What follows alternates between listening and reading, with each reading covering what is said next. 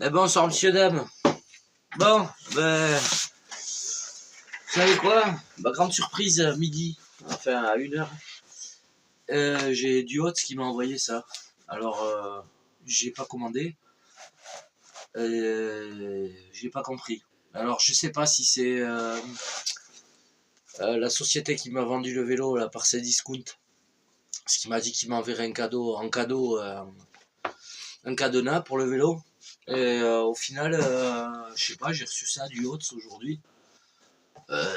Du coup, je sais pas si c'est eux ou si c'est du Hotz, parce que je leur avais écrit que j'avais eu un souci. Et du coup, ils m'ont envoyé ça. Et nickel. Une petite sacoche de porte-bagages. C'est quand même bien foutu. Ouais, j'ai regardé. Du coup, il y a ça qui se défait. Comme ça, vous avez une sacoche de chaque côté qui pendouille. L'autre côté, c'est pareil. Donc voilà. J'ai oublié le nom de la société malheureusement, je l'ai plus en tête. Du coup, vous avez une poche sur le côté là bien remplie, à bien remplir, et il y en a une autre de l'autre. Ça c'est cool. Et si vous voulez, vous pouvez en plus les descratcher. Et je dis pas de bêtises. Ça se descratche ici. Alors je sais pas. Ouais, ça se descratche là, je sais pas pourquoi, parce que je pensais qu'on pouvait l'enlever. Non, on peut pas les enlever les sacoches. Mais en tout cas, c'est super sympa. Il y a une petite... attendez, je replie ça. Du coup, c'est une sacoche étanche. Bon, des gens ont dû la commander ou l'avoir en cadeau. Voilà, j'ai pas compris là. Franchement, c'était la bonne surprise là. C'était la bonne surprise à midi. Ça, à moins que ce soit la société qui m'a vendu le vélo par ses discounts, qui m'a envoyé ça, ils ont dû peut-être regarder mes vidéos, parce que j'avais fait une vidéo remerciement pour eux quand même. On peut mettre ici une petite boisson là, derrière. Et à l'intérieur, ici il y a de quoi mettre des trucs dessus encore. Devant, vous pouvez mettre aussi, il y a des scratchs. On peut scratcher un vêtement, une tente. Voilà, on peut scratcher quelque chose là. Donc ça, c'est sympa. Voilà, ils m'ont refait. Et moi qui voulais utiliser mes sacoches de moto. Et à l'intérieur, il y a un petit bourrelet encore d'étanchéité sur le côté pour la fermeture éclair. Et vous avez le vide et il y a deux petites poches, une de chaque côté. Voilà, vous n'allez pas voir. Ouais, j'ai pas la lumière au bon endroit. Là, vous avez une petite poche ici et une petite poche là. Voilà. Ça se scratch en dessous sur le porte-bagages. Les côtés sont semi-rigides. Le dessous non. Peut-être je me rajouterai une petite plaque en dessous là. Voilà. Donc voilà, j'ai été refait. Je vais répondre à un monsieur qui a commenté sur ma chaîne. Alors désolé, j'ai oublié ton nom. Je retiens pas tous les noms. Entre les deux chaînes, c'est compliqué. Voilà, nous pour le modélisme, on utilise, donc ça c'est des batteries LiPo. Ça c'est des batteries que j'ai ouvertes pour les modifier un peu. Bon, peu importe. On utilise ces sacs pour les stocker. C'est des sacs ignifugés. Voilà, c'est anti-feu. Moi, je vous conseille vivement de charger vos batteries dans des sacs comme ça. Et dans des endroits où il n'y a pas de bois, où vous êtes sûr que si ça prend feu, il n'y a rien d'autre qui va prendre feu. Parce qu'il ne faut pas oublier que les batteries comme ça, ou les batteries de vélo, c'est des batteries de type comme ça, mais qui sont empilées en parallèle, en série. Vous en avez une certaine quantité. Faut savoir que ça peut prendre feu. Et si c'est posé sur un revêtement comme ça, alors là je vous dis pas, faites cramer la baraque, quoi. Donc nous on a dans le modélisme ces petits sacs lipo, voilà, on met les batteries dedans, c'est inifugé. Et pour le vélo, alors ça moi c'est un collègue de modélisme qui m'en avait fait cadeau. Et à la base pour mettre les lipos, et en fait je charge ma batterie lipo, c'est un sac inifugé mais pour batterie de vélo. Voilà, donc là je mets la batterie là-dedans, je passe le câble, alors il y en a où vous avez le passe-câble ici, moi je passe le câble par en haut, je scratch et je charge ma batterie là-dedans. Je vous conseille vivement de le faire là-dedans parce qu'au moins vous pouvez débrancher, attraper ça et le balancer dehors. Voilà, donc ça c'est des sacs anti-feu, c'est inifugé. Faut savoir que tout ce qui est lithium-ion, lithium-fer, le lithium, ça reste du feu chimique, donc ça ne s'arrête pas avec un extincteur. Voilà, c'est même pas la peine de batailler. Vous prenez le truc, vous le jetez, vous le foutez dehors à un endroit où ça crame pas, ça cramera rien d'autre. Déconnez pas avec ça, surtout pensez à investir dans un petit sac comme ça. Voilà, j'ai mis le lien sur la chaîne sous le commentaire du monsieur là. Vous en avez sur Amazon pour 30 balles. Voilà, après il y a des moins chers, mais bon. Voilà, vous trouvez ce qu'il vous faut, ce qui vous convient. Désolé, j'ai fait un peu de mécanique. J'ai nettoyé un engin tout à l'heure. Voilà, mais investissez réellement là-dedans. Moi personnellement, je vous déconseille de charger sur les vélos. Moi, je charge jamais sur le vélo. Je sors la batterie à chaque fois, je l'éteins d'abord. Et d'abord, je la mets sur off, parce que sur le duos, on peut le faire. Je mets l'interrupteur sur off, je la sors et je la charge dans le sac lipo et dans un endroit, pas dans cet atelier-là, mais dans l'autre, où c'est que du béton et au milieu de rien. Si ça crame pendant la nuit, voilà, moi je charge la nuit, c'est pas... Voilà, si ça crame pendant la nuit, je sais qu'il n'y a rien qui va cramer autour, donc je suis pas inquiet là-dessus. Je verrai juste le résultat le lendemain matin que ma batterie sera cramée. Voilà, mais bon, pour l'instant, j'ai pas eu de soucis. Si, un petit truc à dire quand même, le chargeur il chauffe, il est pas ventilé et il chauffe énormément à la charge. Donc à la limite, ce qui peut cramer avant la batterie, c'est le chargeur. Et si le chargeur crame, je pense que la batterie crame aussi. Excusez-moi. Donc, ouais, le chargeur, il chauffe vraiment. J'ai bien envie de, moi, faire des ouvertures et j'ai des ventilos de modélisme ou d'ordinateur, là. J'ai bien envie de me faire un petit système pour ventiler tout ça. J'ai des petits circuits imprimés là pour transformer le courant de 220 en 24 volts ou 12 volts. Je pense que je vais me bricoler quelque chose. Je me suis aperçu l'autre jour que ça chauffait pas mal. Au passage, je me suis pris un petit... C'est un autre sujet, mais je me suis pris un petit stabilisateur de téléphone. Je payais ça 60 € sur... c'était Amazon, j'ai pris. Voilà, il est pas mal. Voilà, là vous êtes dessus, il est pas mal du tout. Je ferai pas la présentation, mais je voulais mettre ça sur le vélo. Mais j'ai fait un système, c'est pas encore au point. Voilà, on verra si ça marche.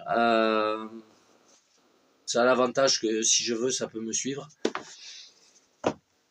Bon, on verra, mais pour faire les vidéos dehors et tout, c'est sympathique parce que je peux zoomer et tout de la poignée là, la petite poignée que vous avez là. On peut zoomer, on peut tout faire. En plus, le système de film de cette...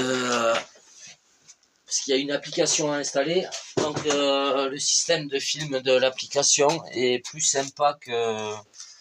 Attendez, je vais me brancher un peu de lumière. Est plus sympa que le téléphone. Ça utilise la caméra du téléphone. Mais le système est plus sympa.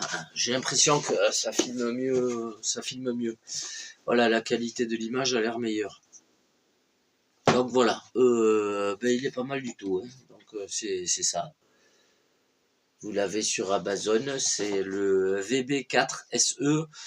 Alors, faut savoir qu'il y a le VB4 tout court ou le VB4S. Lui, là, vous avez en plus la perche dessus. Bon, moi, ça m'intéressait pas. Voilà, celui-là, il est fixe à la base. Il n'y a pas la perche qui se prolonge. Voilà, mais il était moins cher que l'autre, donc bon, voilà, la perche ne m'intéressait pas. Merci du Hotz ou la société, je me rappelle plus le nom, allez voir les vidéos avant. Merci pour ça, je m'y attendais pas. Voilà. Alors est-ce que c'est du Hotz qui m'a envoyé ça ou est-ce que c'est eux? Si c'est du Hotz, ça veut dire que je vais en plus recevoir de la part de cette société un antivol de vélo. Bon, je pense pas, hein, je pense que c'est eux qui m'ont envoyé ça. Bon, je sais pas, on verra bien de toute façon. En tout cas, c'était une bonne surprise à midi. En ce qui concerne le vélo, je suis à 450 km. Il y a quand même des trucs, et des fois ça envoie pas, le jus. C'est bon. Moi, pour l'utilité que j'en ai, ça va. Après, pour quelqu'un qui veut vraiment faire du sport intense avec, je suis pas sûr. Je pense qu'il y a des problèmes de contrôleur et que c'est pas encore, tout n'est pas bien calé. Tout n'est pas bien calé sur le S26. Donc après voilà, c'est le prix qu'on paye, ça vaut le coup. Hein. Clairement, ça vaut le coup. Mais il y a des choses. Puis avec la Chine, c'est assez aléatoire. Faut savoir que tout dans le modélisme, c'est pareil. Vous pouvez avoir une série de véhicules qui vous n'aurez pas de problème et une série de véhicules où vous allez avoir pas mal de soucis. Voilà, je vois un peu les gens qui commentent là sur la chaîne entre guillemets. Bon, je pense qu'il n'y a pas que du Hotz qu'on ait soucis comme ça. Voilà, moi mon but, j'ai fait la chaîne, c'est pour un peu montrer aux gens comment pouvoir réparer un peu leur vélo, voilà, et faire des petites modifications à pas cher ou voilà, qu'ils puissent faire les choses eux-mêmes sans forcément aller chez un gars qui, on risque de les envoyer un peu boulés parce que c'est chinois, parce qu'ils veulent pas travailler là-dessus, parce que c'est pas une marque française, parce que ceci, parce que cela, ou alors qu'ils vont payer une fortune. Alors que bon, il y a des choses on peut faire soi-même, c'est juste du temps, de la patience, surtout prendre son temps. Voilà, des petites astuces comme chauffer les vis pour faire craquer la loctite. Voilà, pensez, si vous faites craquer la loctite, s'il y a de la loctite sur des vis, c'est qu'il faut remettre de la loctite sur les vis. Donc forcément, ça se trouve dans les Nord Auto et compagnie. Vous achetez vous demandez, si vous ne connaissez pas, vous demandez à quelqu'un, un vendeur, vous lui dites je veux de la loctite du frein filé. Le gars il va vous présenter, il va vous dire vous voulez de la forte, de la moyenne ou de la légère. Bon, après, ça, c'est vous qui choisissez. La forte, il faut sacrément chauffer après pour. Moi, je conseille de la moyenne. Voilà, pour le type de vis qu'il y a sur les vélos, la moyenne, c'est très bien. Si vous n'avez pas de loctite, il y a une autre solution. C'est le vernis à ongles de madame. Voilà, il faut savoir que le vernis à ongles de madame, quand il a séché et durci, si c'est sur des parties qui chauffent pas, comme les caches moteurs, hein, ça va pas chauffer énormément. Vous pouvez utiliser du vernis à ongles, c'est juste que cachez-le à votre femme, sinon et vous risquez de prendre une tatane parce qu'au prix du vernis. Voilà, vous le prenez discrètement. Et... Voilà les amis, c'est des petites astuces comme ça, pas cher. Moi je suis pas là pour vendre quoi que ce soit, mais vraiment vous montrer, essayer de vous montrer des petits bricolages ou des petites astuces. Voilà, comme les petites entretoises Ça, c'est des entretoises en laiton. Vous pouvez acheter du tube aluminium comme ceci en boutique. Ben là, pareil, vous voyez, je m'en sers moi pour les pignons, pour modifier le diamètre des axes, suivant le type de moteur que j'utilise. Voilà, vous voyez, là, j'ai fait une petite patte à l'intérieur. J'ai fait une petite bague. Voilà. Ça avait du tube aluminium. Donc, vous pouvez très bien, ça s'achète, hein, vous mesurez vos côtes. Ça, c'est pareil, ça s'appelle un pied à coulisses, messieurs, dames. Ça s'appelle un pied à coulisses, ça permet de mesurer. Donc, comme ça, vous mesurez la côte que vous avez. Là, c'est du 10 extérieur. Et si vous utilisez les becs, hop, ça vous dit la côte intérieure. Donc c'est du 8 intérieur. Voilà. Et ça, c'est un axe de 8.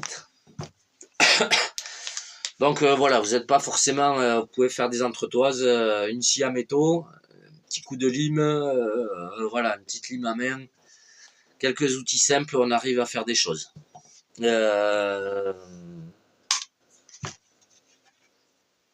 Voilà, équipez-vous de petits appareils de mesure comme ça coûte pas très cher, hein, vous allez au magasin de bricolage, ça s'appelle un pied à coulisses.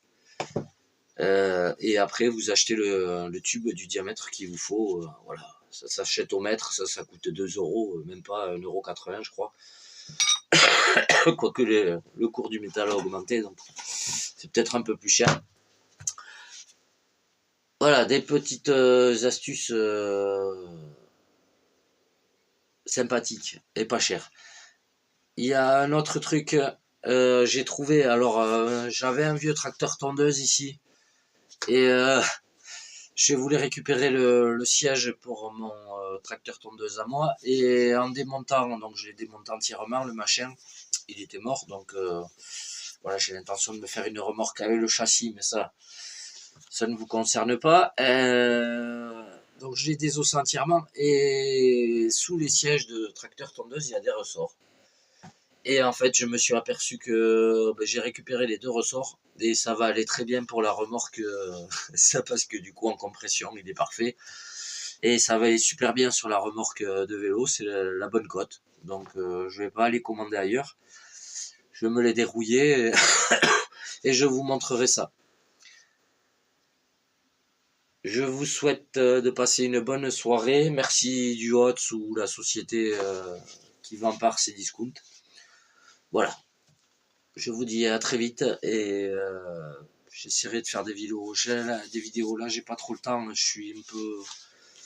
Avec le boulot et tout, je suis un peu overbooké. Je fais un petit peu de modélisme. Ça, c'est un nouveau véhicule. Voilà. Des petites occasions sur le bon coin. Donc entre ça et le boulot et la maison, les travaux, vous imaginez bien que je m'occupe. Je vous fais de gros mouchous, passez une bonne soirée à tous et à très vite. Et n'hésitez pas si vous avez des questions.